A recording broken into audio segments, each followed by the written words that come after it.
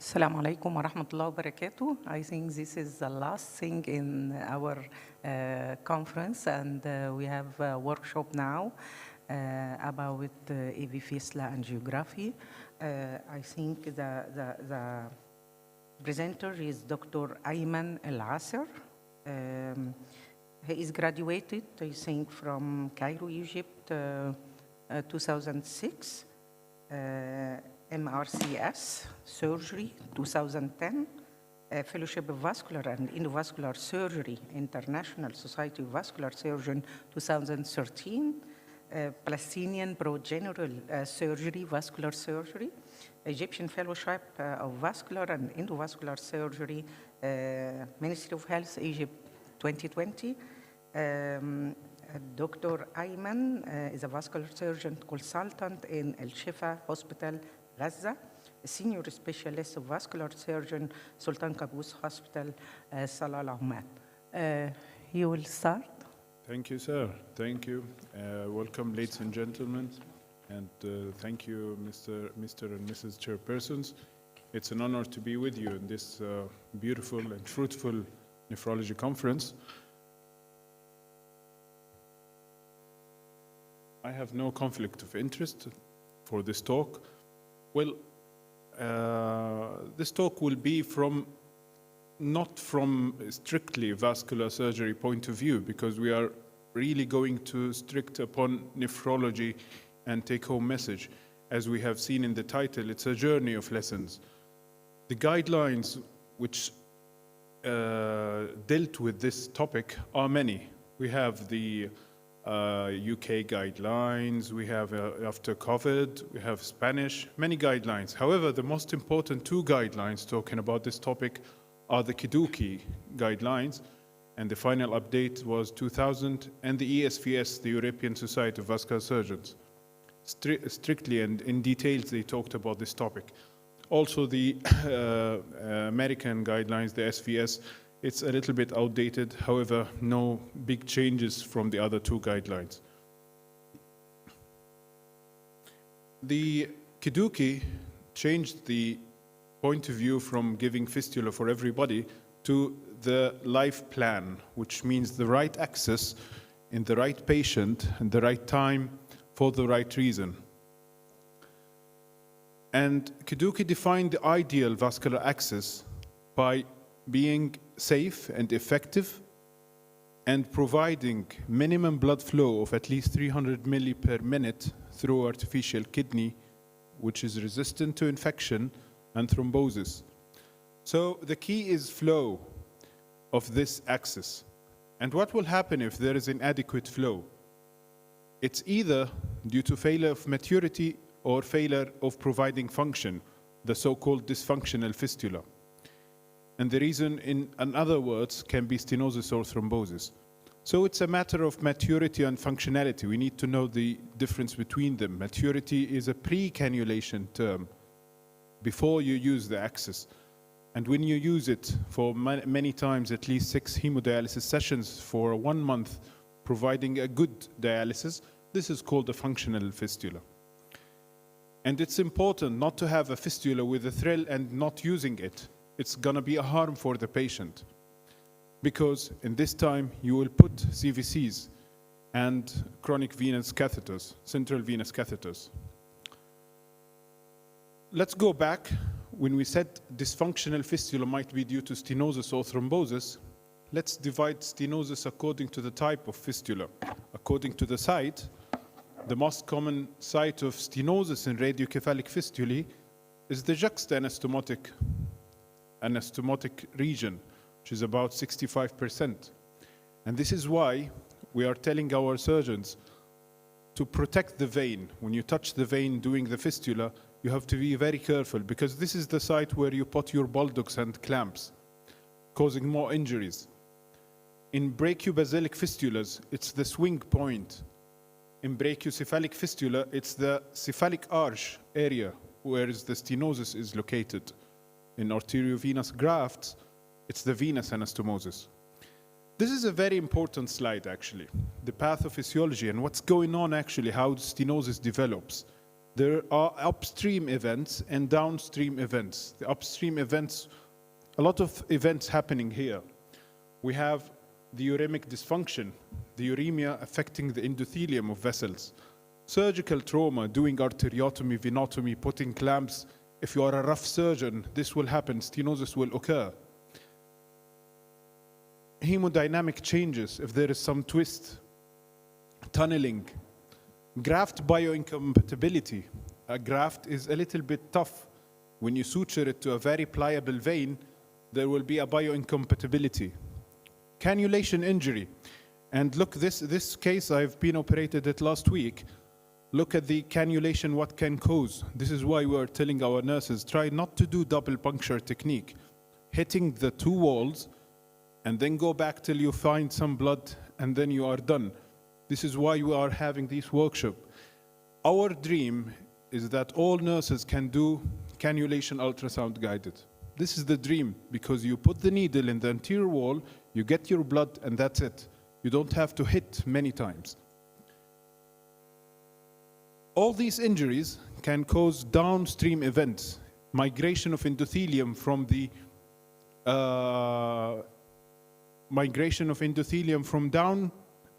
the muscle cells from the media to the endothelium, and fibroblasts from the adventitia to the endothelium. And because they are not the places, they start to produce hyaline matrix material.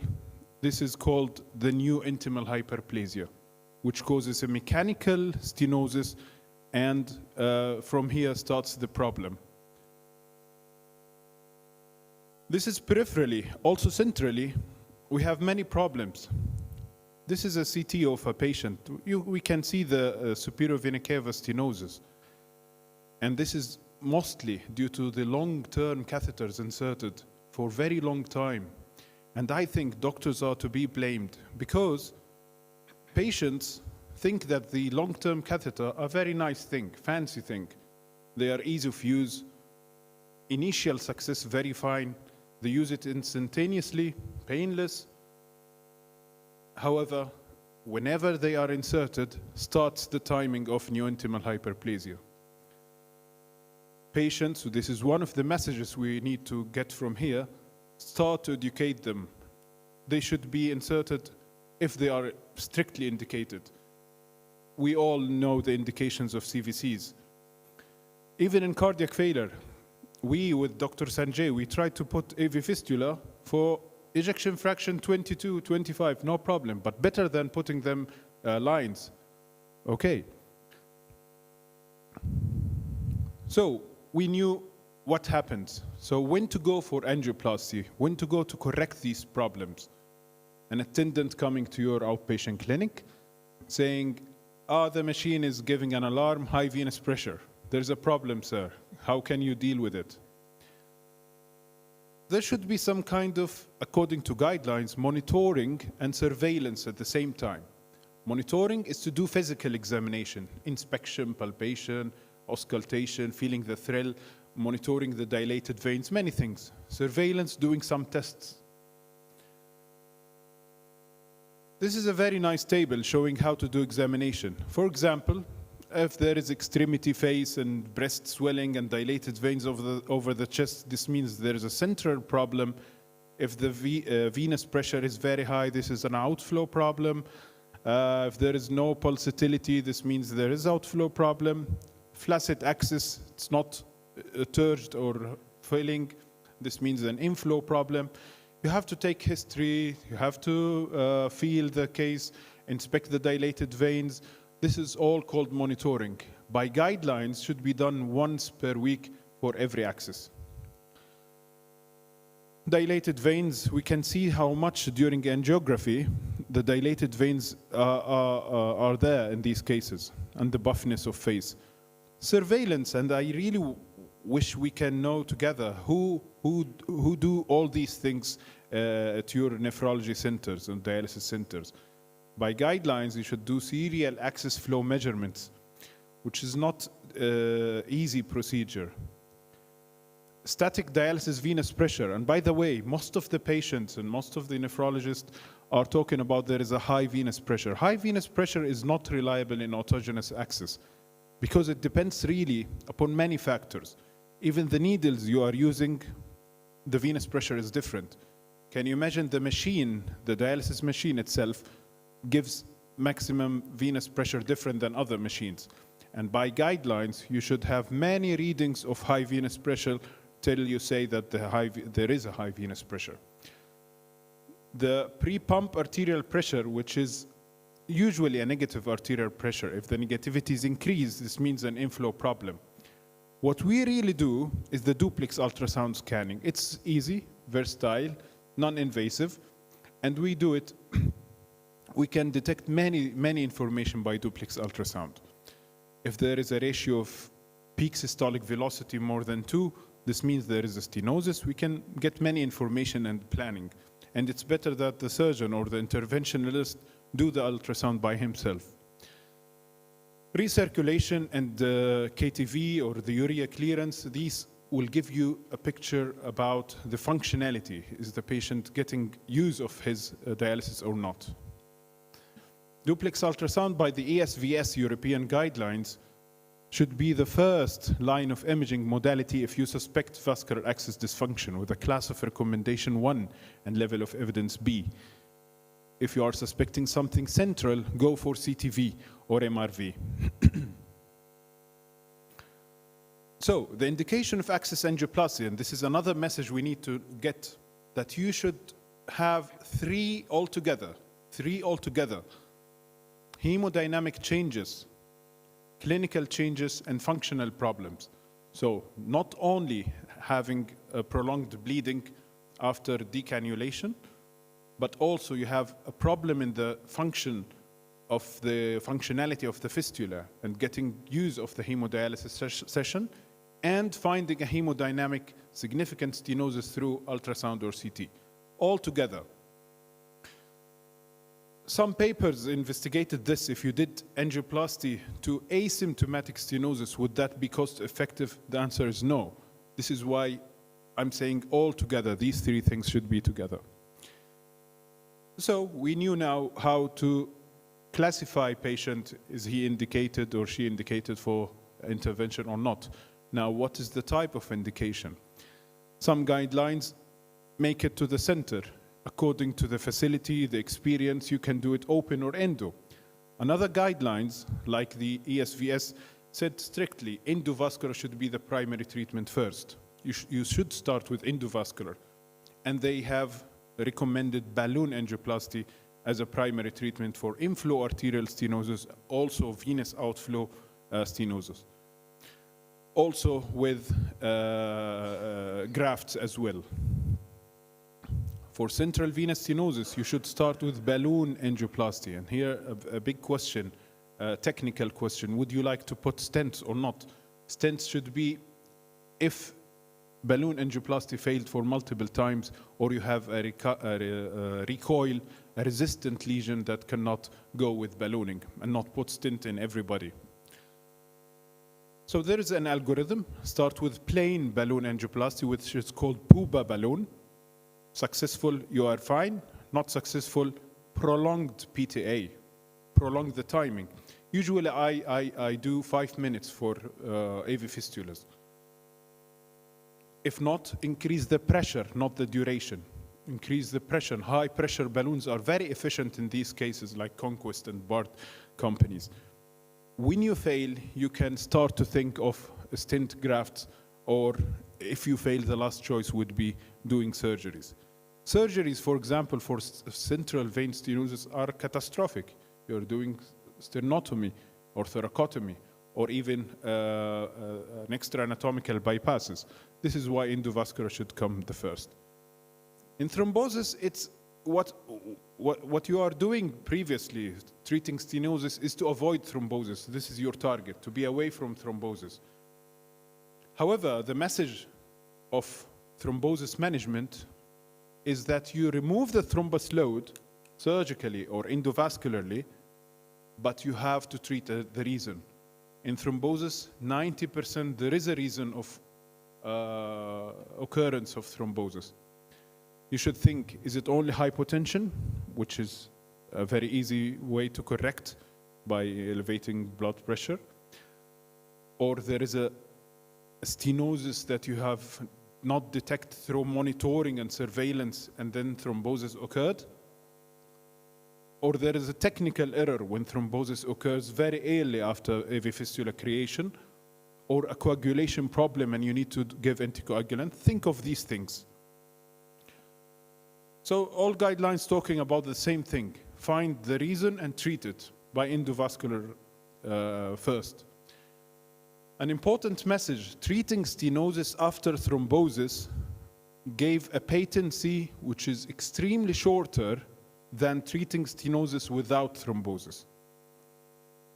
This is very important. Don't wait till your graft or fistula get thrombosed. Yes, you can treat it, but the patency, the long-term or short-term patency, is very little, about 40% in 3 months, instead of having 60% in 6 months. Going back to technique, which is, I'm happy that interventionalists are from nephrologists as well, which is very good, that many people are doing the work, radiologists, nephrologists, and vascular at the same time. Popularizing the technique is very important. This is a transradial. I like to do transradial access in most of AV fistula. You choose it, it's local anesthesia. You can see the vein and the artery and the fistula from far away. You can deal with it with compression at the end, and things are done. However, sometimes you need to have another access like transfemoral access, transfistula if you are going for central vein stenosis. Sometimes you have the body floss technique, which means many accesses like transjugular, transfemoral, transfistula at the same time. These cases are demanding. They are taking a lot of time, a lot of radiations. You have to be aware of these things and protect yourself and the patient. Crossing the lesion, you have to have some knowledge about the use of wires. We use Tiromo, but in some cases you have to choose a stiff Tiromo wire to cross the lesion, especially you are using long catheters, long sheaths. Sometimes you are coming from far away, like femoral. Crossing the lesion sometimes is very hard. You use great platforms of 014, 018, 035 wires, the back end of the wire. Those who are doing these cases can understand what I'm saying. Then the therapy itself, what do you do with the stenosis? On your right side, you can see the tight stenosis, and then you cross the lesion and you have a good angiography, see what's going on, and then treat. There are many armamentariums you can use. You have the high pressure balloons, ultra high pressure angioplasty balloons, stent grafts, and we can see in this paper the long-term patency of stent graft are more than balloon angioplasty. However, as we said, they are not cost-effective and they have to be used strictly if they are needed. And cutting balloons are well. Previously, they were afraid of using cutting balloons in venous, but now they are recommended. The coming powerfully nowadays are the DCBs, or the drug-coated balloons. And this is a recent systematic review showing how they are effective. However, they are waiting to have a large multicentric randomized controlled trial to approve it. They are not yet in the guidelines, by the way. Your target is to do the angioplasty twice a year. They are recurrent. We have to know that they are recurrent. Even the angioplasty itself can cause intimal damage. So you have to put this as a target, that you have 50% of these cases will come at 6 months. And the patient should go for surgery if you failed for more than 2 times within 3 months. We have a hero graft, my colleague Dr. Muhammad will present it. It has been occluded for 3 times. At the end, you have to do something surgically. Covered stents are used, as we have said, in some places like cephalic arch, if angioplasty failed many times. And in central vein stenosis, do balloon, balloon, balloon, and don't go for stents empirically. I remember one of the nights we have treated a patient at 1 a.m. with a potassium of 7. You may remember, Serr, and everybody here, who's having the instant severe stenosis, and there's no line to dialyze from. no femoral, no jugular, as you can see. The only solution is to balloon this stent and to put a perm cath and to do dialysis. My colleague, Dr. Mohammed, will present some good cases about this. At the end, you do the puncture site closure, either by per string suture around the sheath and you get the sheath out, or using TR band. We are using this frequently in our transradial punctures. I did not talk in details about the technique, but the take-home message in this, that AV fistula salvage is a goal. And I know patients who have been using one fistula for many years because when a problem happens, you open it. Stop thinking that you can close it and think of creating a new one. And everyone, the doctors and the patients, should be prepared to do it again and again and again. A referral system is to be established according to what we have said. The 3 criteria should be there, and learning curve needs to be crossed when you are planning to do these cases. And again, it's a teamwork. The nephrologist, the technician, the surgeon, the radiologist, everybody should be in a teamwork working together so that we can salvage the fistula. Thank you very much. Thank you.